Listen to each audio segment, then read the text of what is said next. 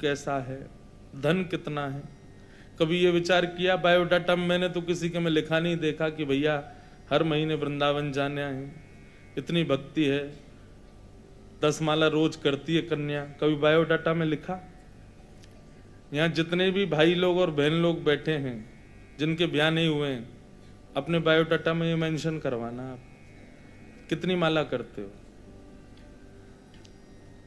सारे जो ग्रेड्स लिखते हैं ना कि उस कॉलेज में पढ़े, इस स्कूल में पढ़े, इतनी एजुकेशन आदि, वो जो भी है, और एक्सपीरियंस में भी लिखते हैं कि इस कंपनी में जॉब किया आदि आदि, बायोडाटा सब देखे हैं। उनमें सबसे ऊपर जहाँ पर ये एजुकेशन वाला आता है, क्या क्या पढ़ा है, करते हैं, हॉबीज क्या है, वो सब क्या है, वहाँ पे सब जगह ये मेंशन करवाना है कि बिटिया जो है वो रोज 11 माला करती है हरिनाम। और फिर एक्सपीरियंस में कहीं एक आध जगह राधा रमन जी की कृपा का भी उल्लेख कर देना। भाई साहब, यदि सामने वाला व्यक्ति वैष्णव नहीं होगा तो बायोडाटा से ही मना कर देगा कि हम इनके योग्य नहीं है। वैष्णव लक्षण हो तब स्वीकार किया जाए किसी व्यक्ति को। और ये पहले हिसार से ही प्रारंभ हो कि भाई हिसार से बायोडाटा आते हैं तो उनमें ये लिखा आता है कि कितने नाम जापक हैं, कितना वृंदावन जाते हैं, गुरु जी कौन हैं, घर में राधा माधव की सेवा होती है, यही हॉबी है बच्चों की, उन्हीं की सेवा में ही उनको सुख मिलता है। ये बातें हम कहाँ मेंशन करते हैं? हम केवल वो चीज दिखाते हैं जिससे सामने वाला प्रभावित हो जाए। यदि वैष्णव होगा सामने वाला तो वो इसी चीज से ही प्रभावित हो जाएगा। आपको पता है रुक्मणी जी ने भगवान को पत्र लिखा था। कभी ठाकुर जी मिले तो थे नहीं रुक्मणी जी से, लेकिन पत्र लिखा 7 श्लोकों में, और रुक्मणी जी ने सबसे पहली बात क्या लिखी कि श्रुत्वा गुणान भुवन सुंदर शृण्वतान्ते निर्विश्य कर्ण विवरै हरतुंगतापम। वैसे तो यहाँ पे हम आप सब लोग सब श्री जी वाले हैं, रुक्मणी जी को कहा काम, लेकिन फिर भी रुक्मणी जी बंधुओं कौन है पता है आपको? श्री जी की भक्ति का अधिकार देती हैं श्री रुक्मणी जी। रुक्मणी जी अधिकारी सेविका है ना ठाकुर जी की। ठाकुर जी ने विवाह किया रुक्मणी जी के साथ। विवाह का मतलब पति की देखरेख, पति का ध्यान रखे, पति का सब संभाले आदि करे, वो सब तो करे, वो पत्नी है। श्री जी की देखरेख संभाल तो हमारे ठाकुर जी करते हैं, तो उनसे ब्याह थोड़ी होगा। वो तो सेवा करते हैं श्री जी की, वो तो अर्चना करते हैं श्री जी की। तो रुक्मणी जी को प्रणाम करने से श्री जी की सेवा मिलती है, ठाकुर जी की सेवा भी मिलती है। अब बड़ा विषय, उसके लिए पूरा मैं और विस्तार से कहूंगा एक दिन। रुक्मणी जी ने पत्र लिखा, और पत्र लिख के जब ब्राह्मण के द्वारा ठाकुर जी के पास भिजवाया, भगवान ध्यानस्थ बैठे थे, ब्राह्मण ने आगे कहा, बोले नाथ आपके लिए पत्र आया है। भगवान बोले पढ़ के सुनाओ। बोले निज पत्र हुआ तो? बोले कोई बात नहीं, ब्राह्मणों से वैसे भी क्या छुपा है, और हमारा छुपा रहता भी क्या है, सब तो पता चल जाता है सबको। कथा आती है, राम जी और जानकी जी ये दोनों जब रात्रि में कनक भवन में चले जाते हैं, तो उसके बाद वहां इनकी लीला होती है, मान लीला, दान लीला। हमारे कन्हैया तो बेचारे बेमतलब में बदनाम कर दिए, इनके गुरुजी तो राम जी हैं। राम जी ने जितनी लीला करी हैं, उन लीला जो अधूरी रह गई वो ठाकुर जी ने करी हमारे इनने।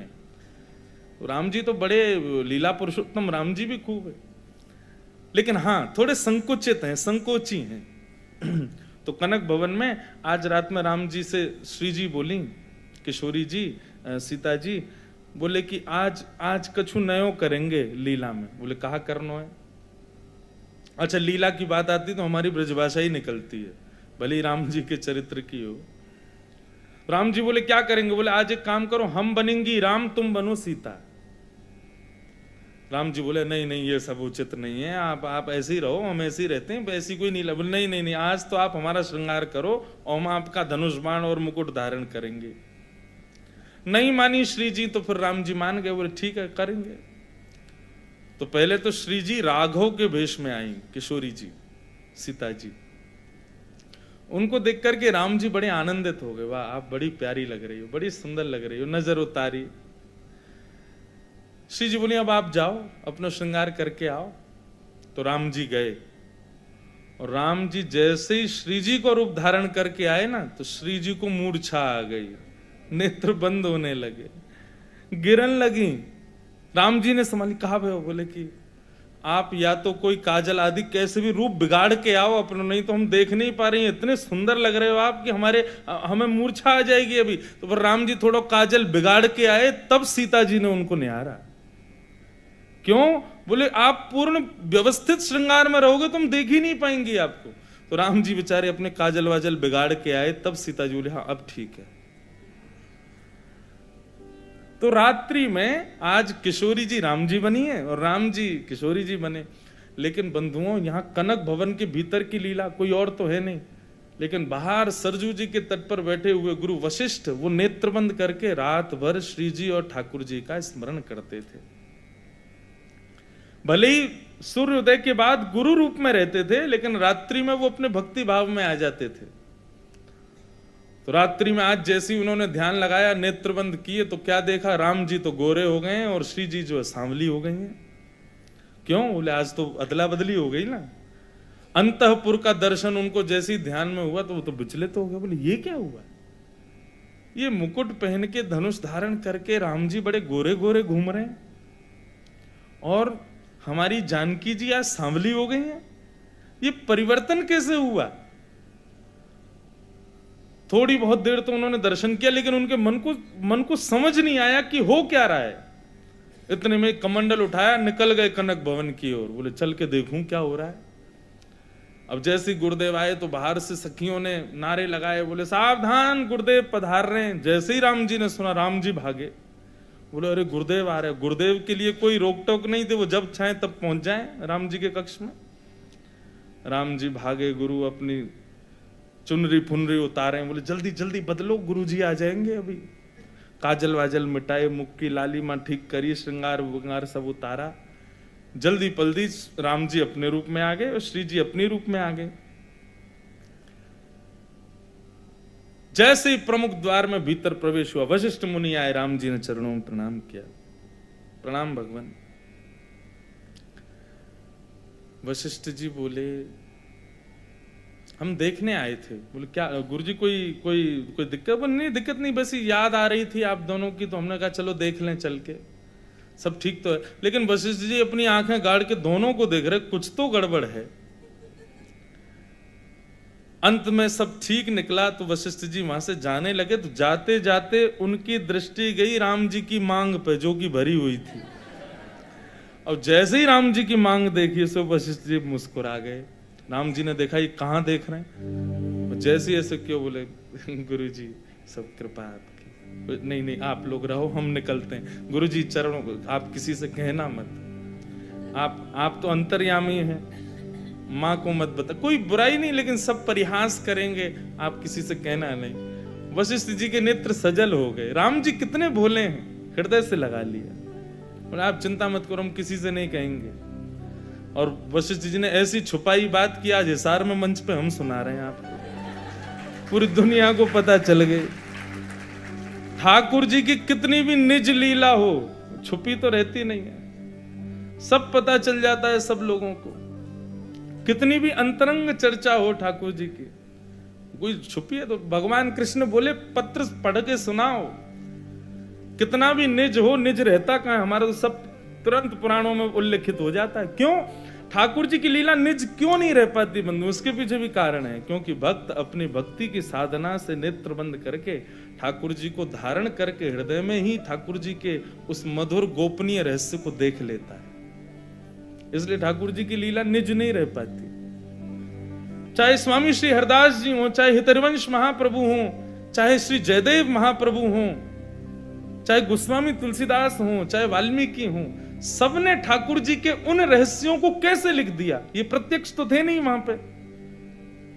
ठाकुर जी की भक्ति में ये भक्ति ही चाबी है, ठाकुर जी को नाम ही चाबी है उनके निज स्वरूप लीला को प्रकट करने का। भगवान बोले ब्राह्मण से पढ़ के सुनाओ पत्र में क्या भेजा है रुक्मणी ने।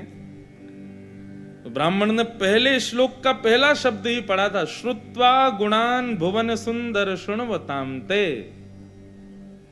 अर्थ क्या है? बोले रुक्मणी जी कह रही है मैंने आपको कभी देखा नहीं है, मैं आपसे कभी मिली नहीं हूं, पर मैंने आपकी कथाओं में बहुत आपका यश सुना है। बस ये बात सुनते ही भगवान बोले सुनो पत्र बंद कर दो। बोले पूरा तो सुन लीजिए। बोले नहीं नहीं नहीं, इसके आगे हमें सुनना ही नहीं है।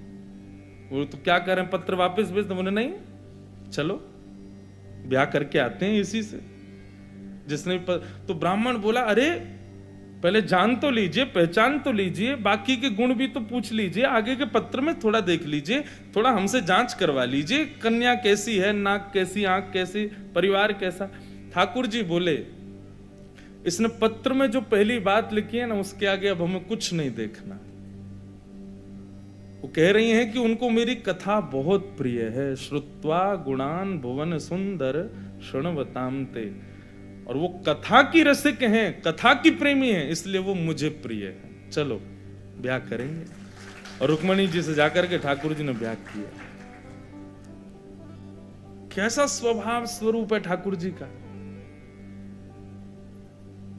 बस प्रिय भाव कोई प्रस्तुत कर दे तुरंत स्वीकार करते हैं उसको। तो करमेती बाई ने जिस दिन ब्याह था उसी दिन घर छोड़ के चली गई।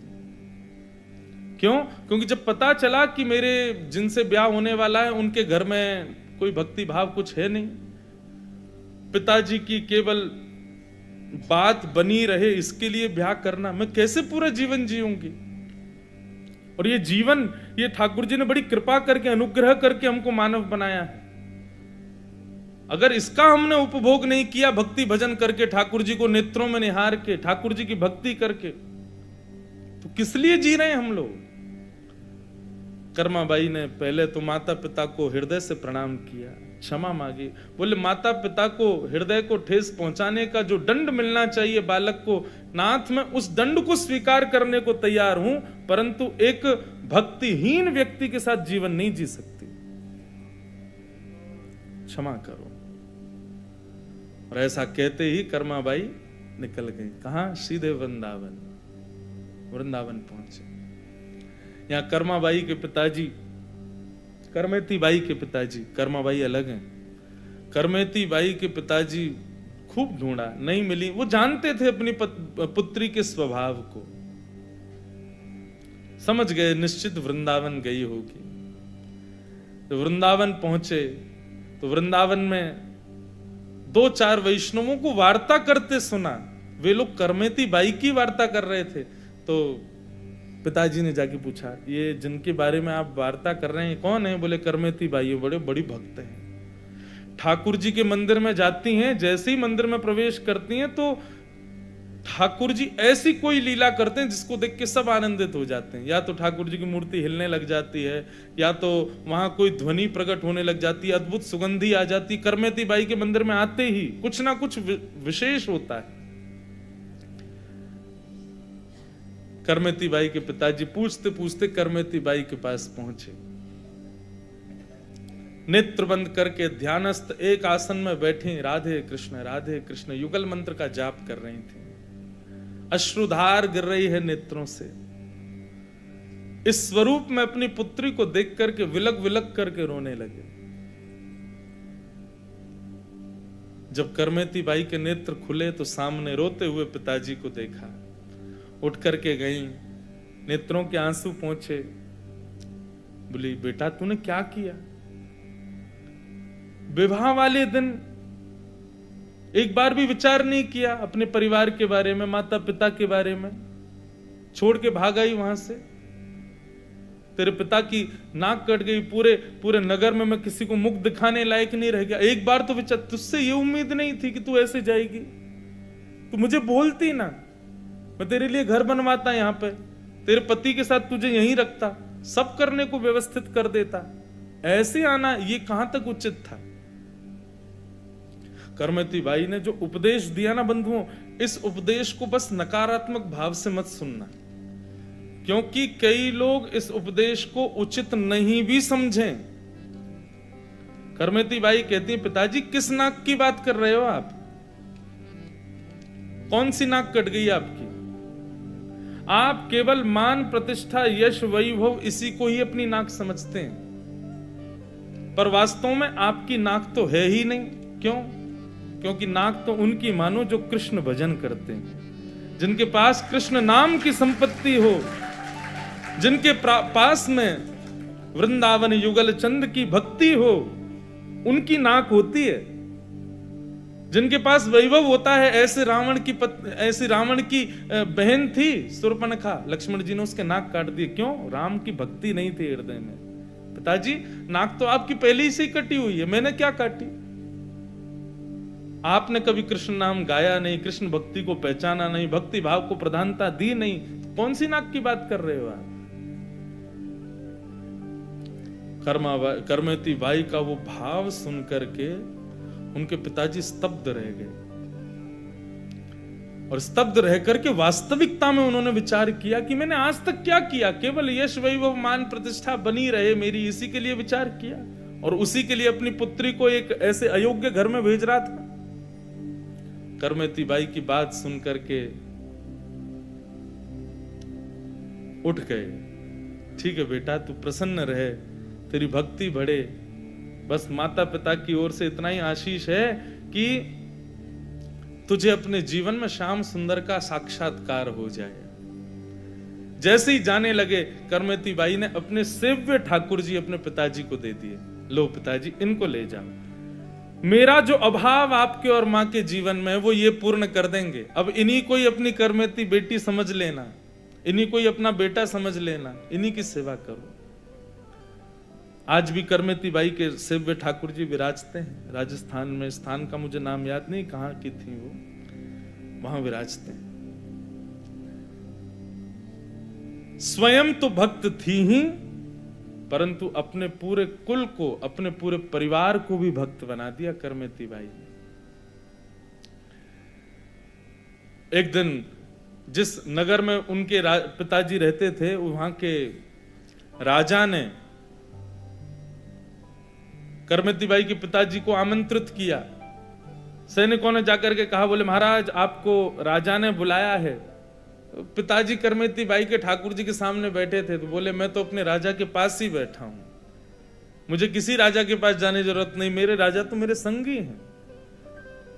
राजा को जाकर के जब सबने ये बात कही कि बोले वो तो कह रहे हैं मैं तो अपने राजा के पास ही हूं, उनकी आज्ञा मान के रह रहा हूं। राजा ने कहा, मेरे अलावा कौन सा राजा आ गया?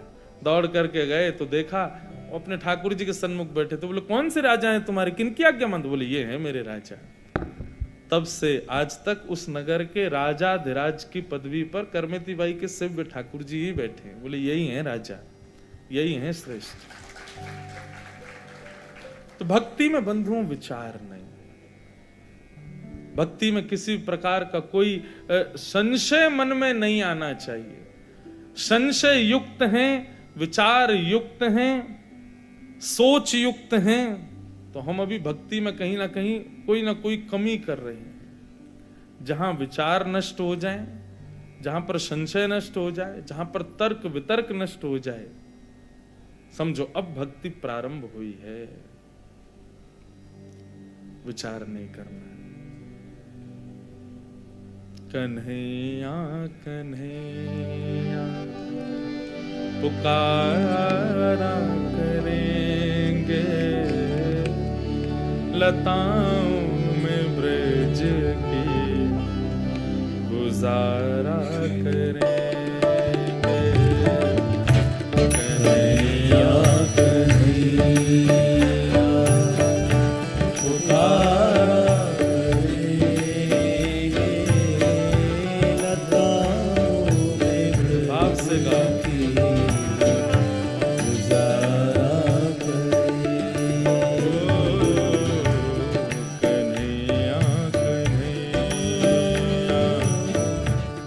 पुकारा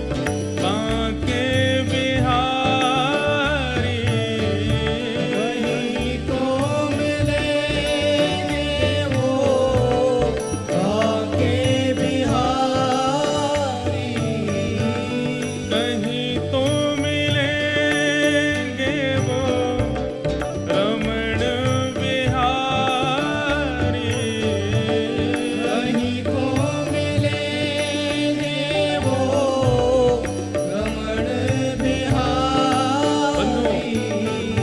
मैं एक बात कहा करता हूँ कि हमारे राधा रमन लाल जी बिहारी जी वृंदावन में नहीं बसते, वृंदावन में नहीं मिलते।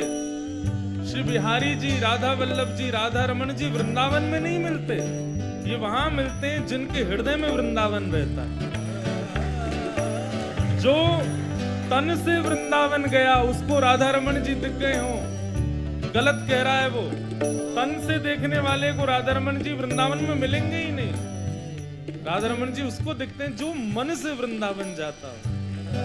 तो हिसार रहो, जय हो, हिसार में रहो, रोहतक में रहो, सिरसा में रहो, लेकिन तन भले ही आ रहे, मन से वृंदावन में जाओ तब।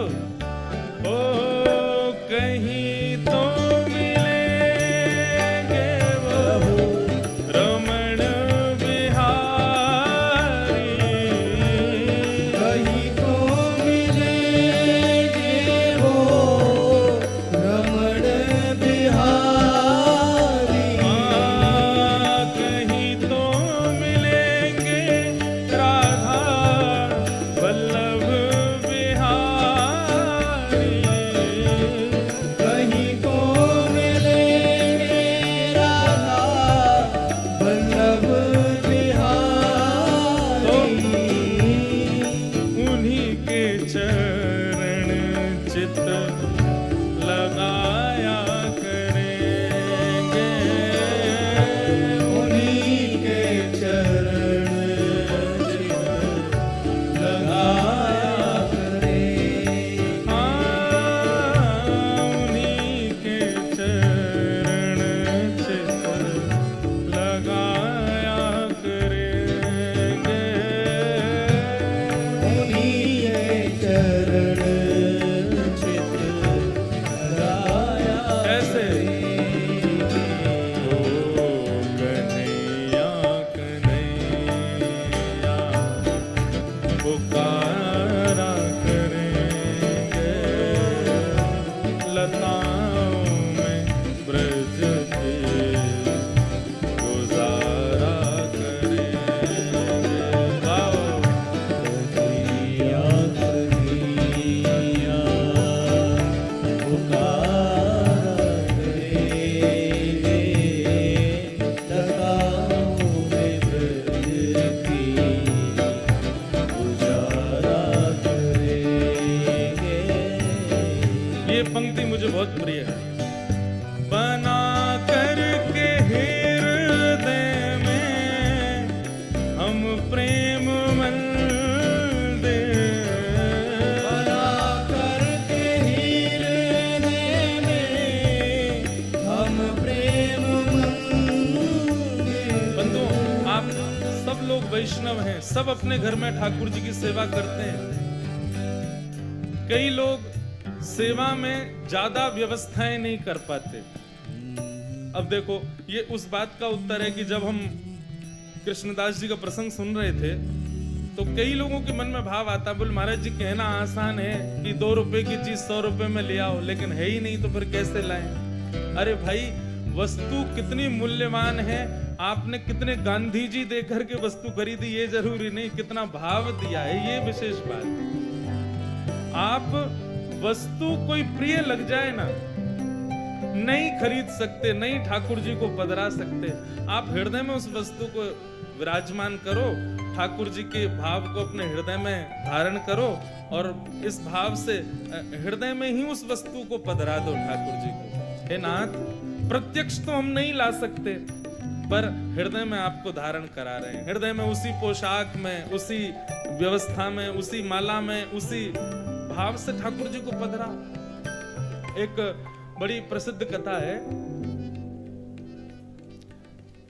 श्रीमद् वल्लभाचार्य जी महाराज ने अपने एक शिष्य से कहा कि भैया तुझ पे ज्यादा धन नहीं है, तू एक काम किया कर, तू भाव से सेवा किया कर ठाकुर जी की। बोले कैसी भाव की सेवा? बोले आंख बंद करके सोच लिया कर ठाकुर जी सामने बैठे हैं और फिर तेरे को जो बढ़िया लगे जितनी महंगी वस्तु, रुपया भी नहीं लगेगा, ठाकुर जी पहन भी लेंगे। उसने कहा ये बढ़िया है। दूसरे दिन बेचार ठाकुर जी सामने बैठे हैं, लेकिन वो नेत्र बंद करके बैठा है। ये रही बढ़िया चांदी की चौकी, आहा, सोने की थाली, उसमें ठाकुर जी विराज गए। आहा, मैं बढ़िया अमृत लेके आया हूं, जल नहीं है नदियों का, अमृत लेके आया हूं ठाकुर जी को स्नान कराने। अमृत से ठाकुर जी को स्नान करा रहा हूं। क्या सुंदर ठाकुर जी के बढ़िया अंग का स्पर्श करके अमृत नीचे गिर रहा है। ठाकुर जी को बढ़िया मलमल के एक वस्त्र से पहुंच रहा हूं। ठाकुर जी को सुंदर इत्र लगा के मैंने श्रृंगार कर दिया। आहा, कितने बढ़िया लग रहे हैं लाल जी, कितने प्यारे लग रहे हैं। भाव से कर कुछ नहीं रहा है, केवल सोच रहा है। ठाकुर जी को मैंने सुंदर माला धारण करा दी। माला धारण कराने के बाद में अब ठाकुर जी तैयार हो गए। भूख लग रही है, ठाकुर जी लाओ चलो दूध को भोग लगा। मैं दूध सामने रख दे, अधोटो दूध है महाराज, या मैंने एक बूरो डाल दें, 1 चम्मच बूरो डाल दियो, 1 और चम्मच डाल दियो, ने एक और मीठो कर दूं। अरे ज्यादा डरगो दिखे, ने एक निकालो, या में तो 1 चम्मच निकालन लगो, तो इतने में ही प्रत्यक्ष ठाकुर जी प्रकट होकर उसका हाथ पकड़ लिए। क्या कर रहे हो? जैसे ही उसने नेत्र खोले तो सामने मदन गोपाल बैठे। गोपाल जी जय हो, प्रणाम, आप मेरी भक्ति से प्रसन्न? बोले भक्ति से प्रसन्न नहीं हुए, तो ये बता तेरी सांची को बुरा लग रहा हो जो तू निकाल रहा है? तो भाव से बुरा डाला, उसमें भी 4 चम्मच डाल दे, कौन सा तेरा जेब से लग रहा है? लेकिन उसका हृदय का भाव इतना प्रिय था, वो ऐसे भावावेश में सेवा कर रहा था कि उसको वास्तविक लगा, और वास्तविक में ठाकुर जी प्रकट ही हो गए। इसलिए भैया प्रत्यक्ष सेवा में जितनो है सके करो, तन की सेवा में जितनो है सके करो, बाकी की सेवा मन में ही कर ले करो। कैसे? बना करके हृदय में हम प्रेम मंदिर, बना करके हृदय में हम प्रेम मंदिर, ओ वहीं उनको झूला झुलाया करेंगे, वहीं उनको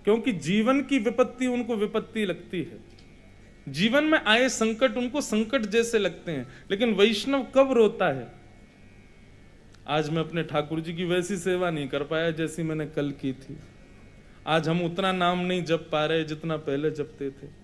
पहले कथा में मुझे बहुत रुचि आती थी, अब आलस आ जाता, इसलिए रोते हैं वैष्णव। उनको यही विपत्ति लगती है कि कहीं अब कई लोग रोते हैं कि हम पहले वृंदावन हर महीने जाते थे, अब 6 महीना हो गई गए ही नहीं। उनको ये विपत्ति लगती है और वास्तव में यही विपत्ति है। ठाकुर जी की याद आए ये सबसे बड़ी संपत्ति है, और ठाकुर जी को हम भूल जाएं ये सबसे बड़ी विपत्ति है। भागवत के एकादश स्कंद में भक्त निर्माण के कुछ सूत्र बताए हैं। उन सूत्रों को हम थोड़ा सा सुने और फिर आज के प्रसंग को विराम देंगे। कल बंधुओं आज हम क्षमा चाहते हैं, थोड़ा विलंब से आए, क्योंकि इतनी भागदौड़ करके आ रहे हैं, बस यही समझ लो जैसे गिरते पड़ते आते हैं वैसे ही आए हैं। तो सबको बेचारे सब लोग तो अभी मुंबई से आते ही सीधे बैठ गए, कुछ पाया भी नहीं। मैं तो बहुत चतुर बन रहा था, मैंने सोचा रात में जाके सो जाऊंगा हिसार में, नींद पूरी हो जाएगी तो सुबह कथा करूंगा। ताली तो बजा रहे हो, चतुराई तो रखी रह गई हमारी। हम पहुंचे सुबह 3, साढ़े 3, 4 बजे, और फिर 4 बजे पहुंच के भैया नींद कैसे पूरी हो। जिनके घर हम रुके उन्होंने खूब प्रार्थना की, महाराज जी आप 1 बजे उठना। पर मेरे बगल में उनके ठाकुर जी सोए थे। अब रात भर मुझे ये चिंता कि मैं तो देर तक सो लूं, ये बेचारे मेरी वजह से सोएंगे। तो फिर जल्दी आंख खुल गई, ना धो लिए। अभी भी जब मैं कथा में आ रहा था मुझे लिफ्ट में भी नींद आ रही थी, तो मैंने कहा भाई आज की कथा हो जाए, तो कल से लाल जी के मंगल प्रसंग और सुनाएंगे। आज के लिए थोड़ी क्षमा है, हम थोड़े थक गए। पर कुछ सूत्र है बंधुओं, ये बहुत ध्यान से सुनना है। आपको पता है जितने भी भक्त हैं ना, उनका प्राकट्य, उनके हृदय में भक्ति का प्राकट्य श्रीमद् भागवत से ही हुआ है। यदि श्रीमद् भागवत की रचना नहीं होती तो शायद हमें कभी सूरदास नहीं मिलते, शायद हमें मीराबाई कभी नहीं मिलती, शायद हमें तुलसीदास नहीं मिलते। इन सबके हृदय में प्रेम लक्षणा भक्ति का उजागर ही श्रीमद् भागवत से हुआ। चाहे श्री जयदेव महाप्रभु हो, हरवंश महाप्रभु हो, चाहे हमारे गोपाल भट्ट गोस्वामी हो, किसी भी आचार्य को आप ये नहीं कह सकते इसने भागवत का आश्रय नहीं लिया, सबने लिया। तो हम जहां कहीं भी 2-3 दिन के प्रवचन करते हैं ना, भागवत के में कुछ ना कुछ अंश तो लेता ही हूं, क्योंकि पूर्ति तो इसी से ही होगी, बिना भागवत की पूर्ति नहीं। तो भागवत में भक्तों के 4 प्रकार के लक्षण बताए,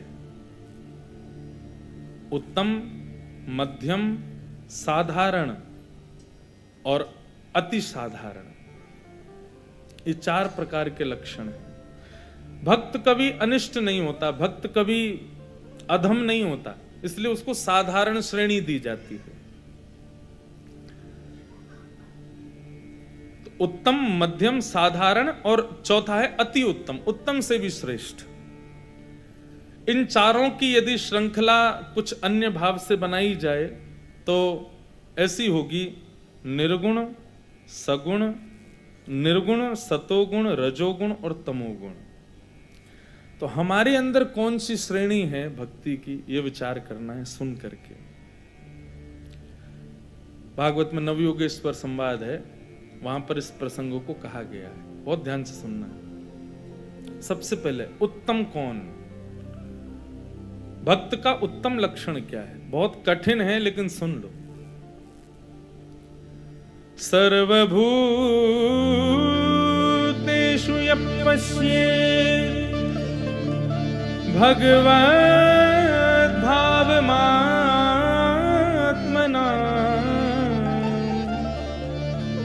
भूतानि भगवत्यात्मन् एष भागवतोत्तमः। उत्तम भागवत कौन, उत्तम भक्त कौन? कल मुंबई में जब विश्राम कथा का हो रहा था, वहां भी मैं इसी प्रसंग को सुना के आया। उत्तम भागवत कौन? सर्वभूतेषु यह पश्येत भगवत भावमात्मनः, जो सबको देखे तो सब में मेरा दर्शन करे।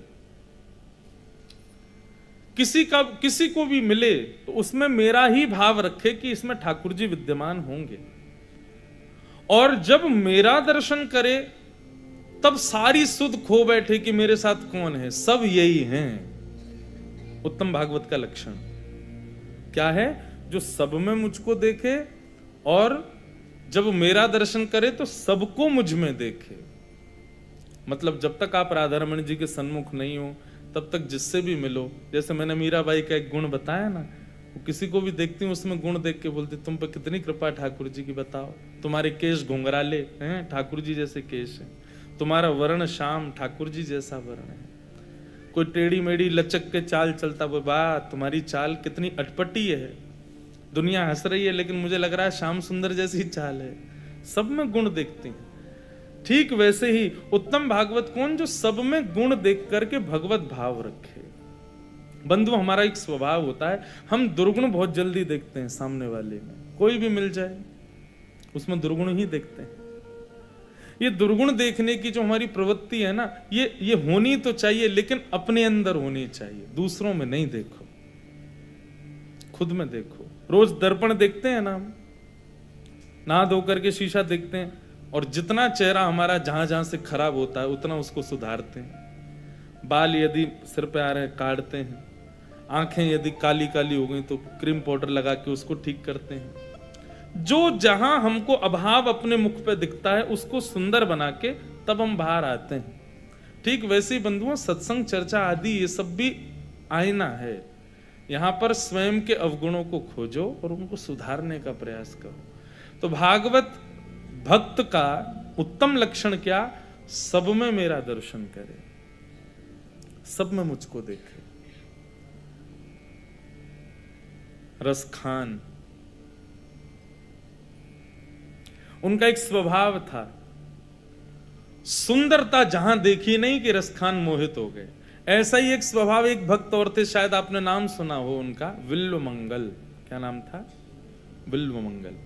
इनका भी यही स्वरूप था। ये भी जहां भी सुंदरता देखते थे, चाहे पुरुष में हो, चाहे स्त्री में हो, चाहे बालक में हो, कि कोई भी सुंदर रूप वाला दिख जाए तो बस उसको देख के निहाल हो जाते थे।